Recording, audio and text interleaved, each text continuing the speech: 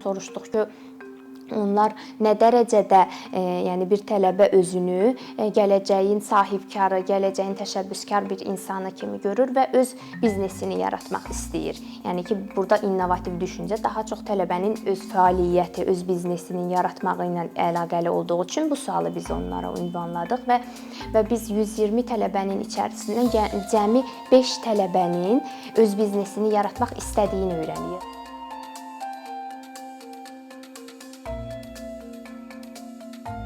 Universitet biznes əməkdaşlığı universitetlər və biznes müəssisələri arasında biliyin transformasiyasını təşviq etmək məqsədi ilə həyata keçirilən əməkdaşlıqdır.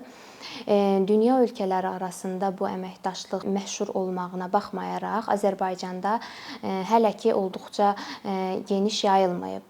Xüsusilə də dövlət universitetlərində universitet və biznes müəssisələri arasında əməkdaşlığın formalaşması üçün xeyli görüləcək işlər var. Bu mövzuda edilmiş tədqiqata əsasən biz bu qənaətə gələ bilərik ki, universitetlərdə kifayət qədər motivasiyaya, kifayət qədər bu mövzuda siyasi qərarların verilməsinə ehtiyac var. Bunu universitetin rəhbərliyində, xüsusilə də universitet rəhbərlik səviyyəsində bu əməkdaşlığın əhəmiyyəti başa düşülməlidir və bu istiqamətdə biznes müəssisələri ilə artıq əməkdaşlığa başlamalıdırlar. Dünyanın məşhur universitetlərində artıq özlərində missiya kimi biznes müəssisələri ilə əməkdaşlıq eləmək bir missiya kimi onlarda əlavə edilib öz missiyalarına. Səbəb isə budur ki, universitetlər daha çox öz gəlirlərini artırmaqdan ötürü, sponsorluq təkliflərini artırmaqdan ötürü, bir sözlə ifadə eləyəsi olsaq, maliyyə baxımından özlərini gücləndirməkdən ötürü, daha sonra isə tələbələrinin məzun olduqdan sonra iş müəssisələrində uğurlu olmaları üçün, öz reputasiyaları üçün bu olduqca əhəmiyyətlidir. Yəni bu həm sosial, həm də iqtisadi əhəmiyyət kəsb edir. Dünya Bankının hesabatına əsasən Azərbaycan innovasiya potensialına görə dünya ölkələri arasında 35-ci yerdə, MDB ölkələri arasında isə 1-ci yerdədir. Lakin biz tədqiqatı etdiyimiz zaman gördük ki, universitet tələbələrinin özlərinin innovativliyi haqqında və iş müəssisələrindəki insanların, həmin tələbələrin innovativliyi haqqında fikirləri qənaətbəxş deyil. Bizim apardığımız tədqiqata universitetin sonuncu kurs tələbələri cəlb olunub, 120 tələbə arasında sorğular keçirilib. Daha sonra isə həmin universitetin əməkdaşlıq etdiyi 11 fərqli biznes müəssisəsi ilə sorğular keçirilib. Eyni zamanda biz universitet rəhbərliyi ilə universitet sənaye biznes müəssisələri arasındakı əməkdaşlıq haqqında müsahibələr həyata keçirmişik. Yəni burada üç tərəfin fikrinə əsasən bu nəticəyə gəlinir ki, yəni bir tərəfdə tələbə, bir tərəfdə rəhbərlik, universitet rəhbərliyi, bir tərəfdə isə əməkdaşlıq etdikləri biznes müəssisələri bu nəticəyə gəlinir ki, hələ ki ölkəmizdə universitet və biznes əməkdaşlığının inkişafı üçün kifayət qədər yol qət etməliyik. Birinci növbədə bunu vurğulamaq istəyirəm ki, bizim tədqiqatımızda iki əsas suala cavab axtarılır. Birinci sual odur ki, Azərbaycanda universitet biznes əməkdaşlığının qarşısında duran çətinliklər nələrdir? İkinci isə universitet biznes əməkdaşlığı tələbələrin innovativliklərinə necə təsir edir? Mən istəyərdim birinci suala cavab verərək, yəni bizim tədqiqatdan gələn nəticələrə əsasən birinci suala cavab verim. Burada biznes müəssisələrini təmsil edən insanların verdikləri cavablarda o göstərilir ki, birinci problem, birinci çətinlik odur ki, universitetlər maraq göstərmirlər. Yəni bu əməkdaşlığın, hətta nəinki maraq göstərmirlər, universitetlər bu əməkdaşlığın fərqində deyillər. Növbəti bir problem isə universitetlər tərəfindən kommunikasiyadakı problemlərdir. Yəni bəzən universitetlər müraciət etsələr belə, burada həmin məsələnin rəhbərliyə çatması və biznes müəssisəsinə çatmasında kifayət qədər zaman itkisi olur və ortada bir yerdə kommunikasiya qırılır və əməkdaşlığa olan təşəbbüs axıra kimi davam etmir. Yəni bu problem həm universitet tərəfindən vurğulanır, həm də də biznes müəssisəsi tərəfindən. Yəni hər iki tərəf özlərindəki bu kommunikasiya zamanı yaranan bürokratik çətinlikləri vurğulayırlar.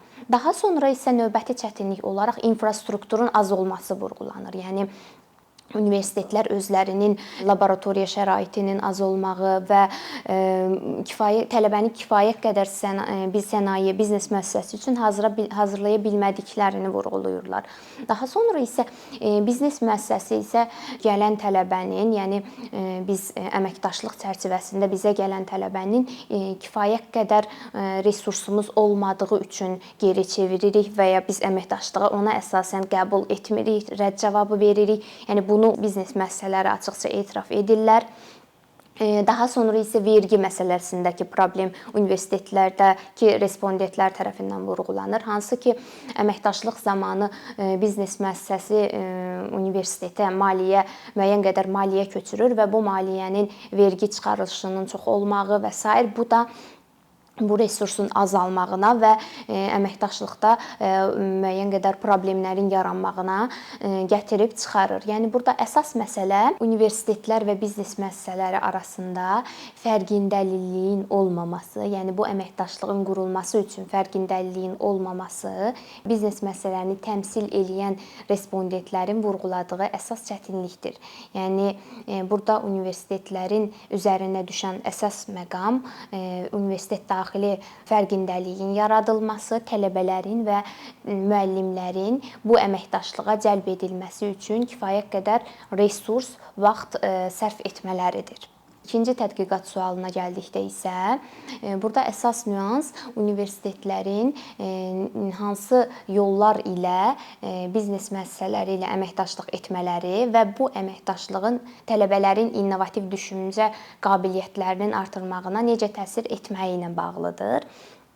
Burada əsas respondentlərin vurğuladığı əsas nüans odur ki, universitet tələbələri biznes müəssisəsinə gəldiyi zaman kifayət qədər innovativlik göstərmirlər. Yəni təşəbbüskar ruhda gəlmirlər. Onlar daha çox rutin işləri görməyə fokuslanırlar və yeni bir həll yolu təklif etmək marağında olmurlar.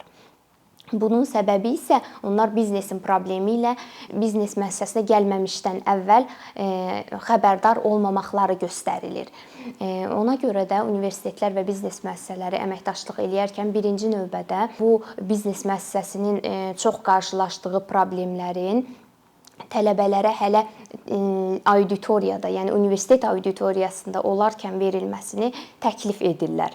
Daha sonra isə sinifdən xaric fəaliyyətlərin olmamağı problem kimi vurğulanır. Yəni sinifdən xaric fəaliyyətlərin universitetlərdə mövcud olmağı tələbələrin təşəbbüskar ruhda yetişməklərinə böyük fayda verəcək. Soruşduq ki, onlar nə dərəcədə, yəni bir tələbə özünü gələcəyin sahibkarı, gələcəyin təşəbbüskar bir insanı kimi görür və öz biznesini yaratmaq istəyir. Yəni ki, burada innovativ düşüncə daha çox tələbənin öz fəaliyyəti, öz biznesinin yaratmağı ilə əlaqəli olduğu üçün bu sualı biz onlara ünvanladıq və biz 120 tələbənin içərisindən cəmi 5 tələbənin öz biznesini yaratmaq istədiyini öyrənirik. Yəni burada daha çox biznesin idarə edilməsi, kompüter mühəndisliyi, hüquq, fərqli ixtisasları təmsil edən tələbələr iştirak eləyirdi. Lakin onlardan cəmi 5-i öz biznesini yaratmaq, özünün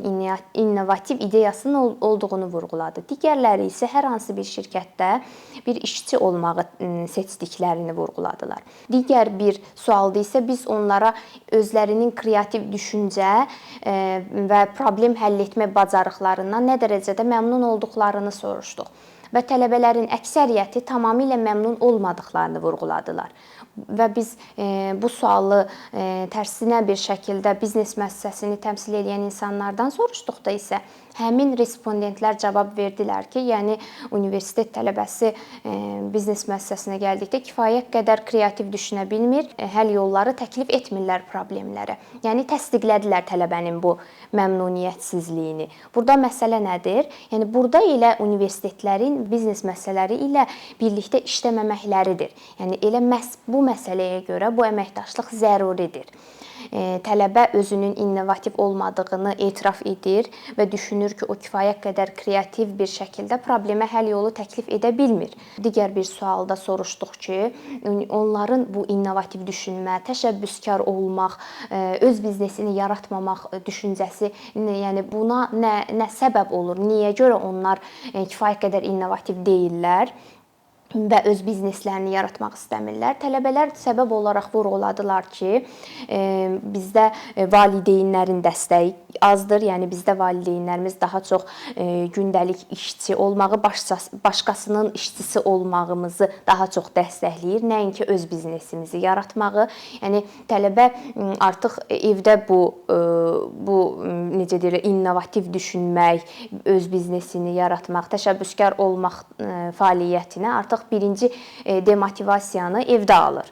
Daha sonra isə onlar universitetə gəldikləri zaman isə kifayət qədər resursun olmadığını vurğulayırlar. Yəni həm burada məsələn bir biznes ideyası ilə universitetə yaxınlaşdıqda universitetin də həmin tələbəyə dəstək olmamağından şikayətlənirlər. Yəni burada daha çox vurğulayırlar maliyyə resursunun az olmağı.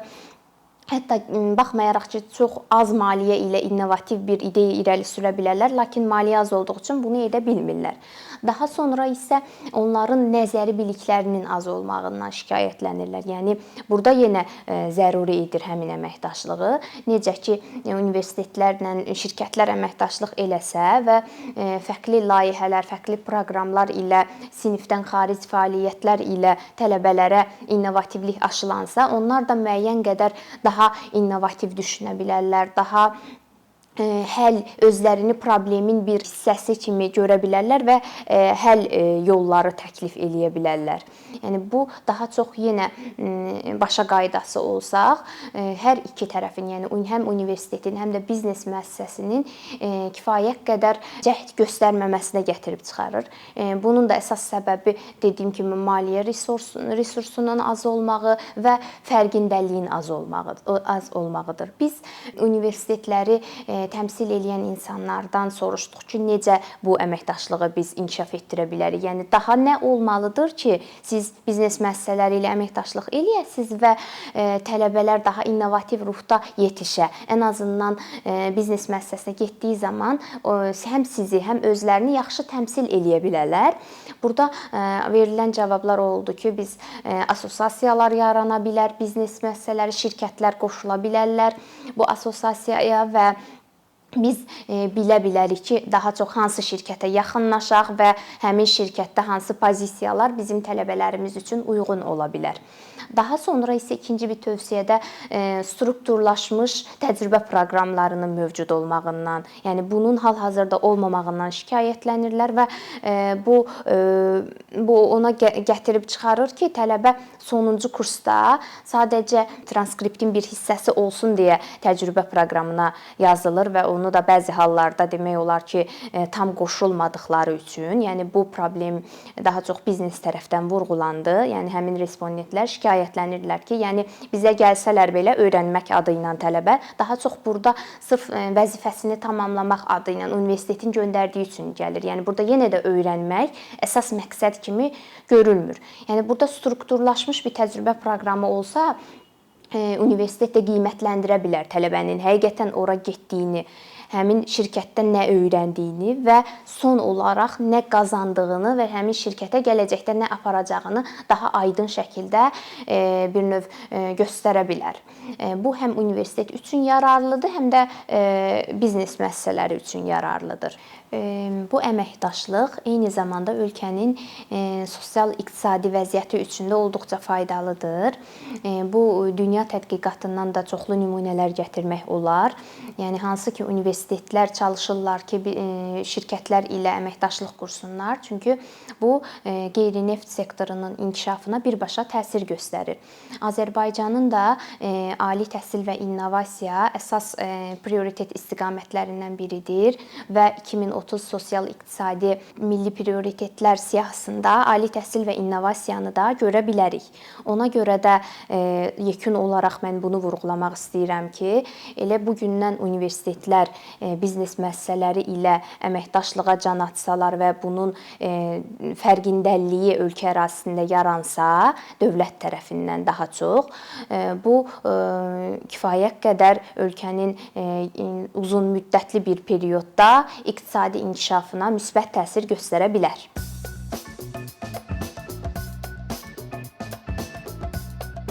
Bir neçə ildir ki, əkinçi olaraq Azərbaycanlı izləyicilərin hər zaman faydalana biləcəyi keyfiyyətli və ən əsas ödənişsiz kontent hazırlamağa çalışırıq. İndiyədək təqdim etdiyimiz onlarla animasiya və yüzlərlə çəkilişlər tələbələrin, mütəxəssislərin, müəllimlərin və ümumiyyətlə yeni mövzulardan xəbərdar olmaq istəyən çox sayda insanın marağına səbəb olub.